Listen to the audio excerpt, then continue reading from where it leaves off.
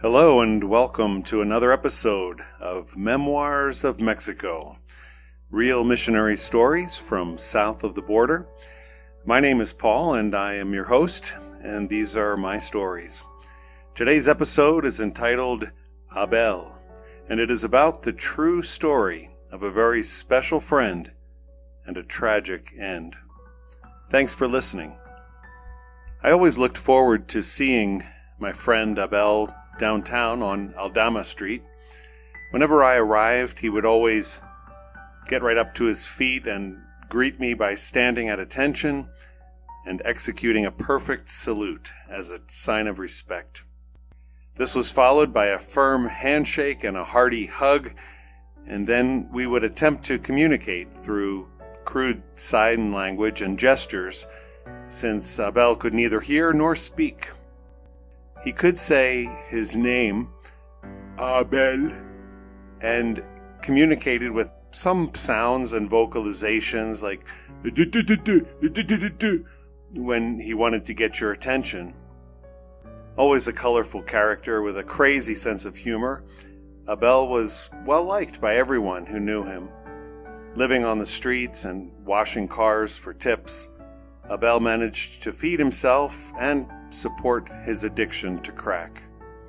He was a regular at our little mission on Aldama, and we would often give him some clothes and some food, and he would put away 5 or 6 sandwiches at a sitting, and would always flash a thumbs up in appreciation as he chowed down. Abel was a likable guy who went out of his way to not only get along with people, but really be a friend to them. He was very demonstrative in his gestures and expressions to compensate for his inability to communicate verbally. He was always engaging and entertaining, and it was almost like watching a mime perform. Sometimes he would even bow dramatically after successfully communicating something to us.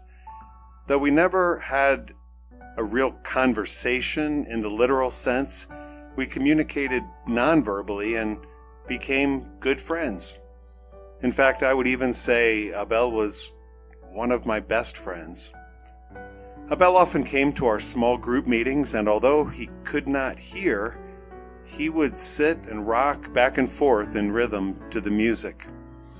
He followed the strumming of the guitar, or he put his hands or even his face on it to feel the vibrations. It was his connection to the music. We did our best to explain to him the message of the gospel. My colleague Luis, whose sister is also deaf, used sign language and a marker board to try to get the message across. And Abel seemed to understand and would often point toward heaven and put his hands together as an expression of worship. He would look up to the heavens and pat his chest over his heart as if to say that he loved God, sometimes with tears streaming down his face. I can't say that I've ever seen more love or devotion to God. He understood that there was a God who made us and who sent his Son to become one of us and to take our place on the cross. I think he understood that Jesus rose again and is coming again. I couldn't know Abel's heart, or if he had a complete understanding or a genuine faith in Christ, but it was evident that he acknowledged God and reverenced him in his own unique way. One day I was sitting at home and opened the newspaper, and my eyes were drawn to a color photo on the crime page. I instantly recognized the street. It was Aldama. And there also was my friend Victor, along with a paramedic, carrying the body of my friend Abel, blood pouring from his wounds. I broke down as I read the article describing his tragic death on the streets of the inner city. In a dispute over a pair of cheap sunglasses, he was pursued by 3 guys from a local street gang. He may have been seeking refuge at our mission which was closed at the time, for it was there that they caught him and stabbed him to death with screwdrivers and a switchblade. And Abel bled to death on the sidewalk on a sunny afternoon in May, right on our doorstep.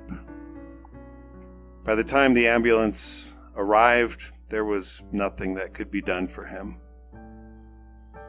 I believe they caught one of the guys who killed him, but the other two got away. And there were visible blood stains on the sidewalk where he died, and every time I walk past that place, I am reminded of my friend and his brief visit here on earth. I miss Abel, and I'm thankful for the time we had to get to know each other and to be friends, and I hope that his understanding of the gospel was adequate and that his faith in Christ was sincere.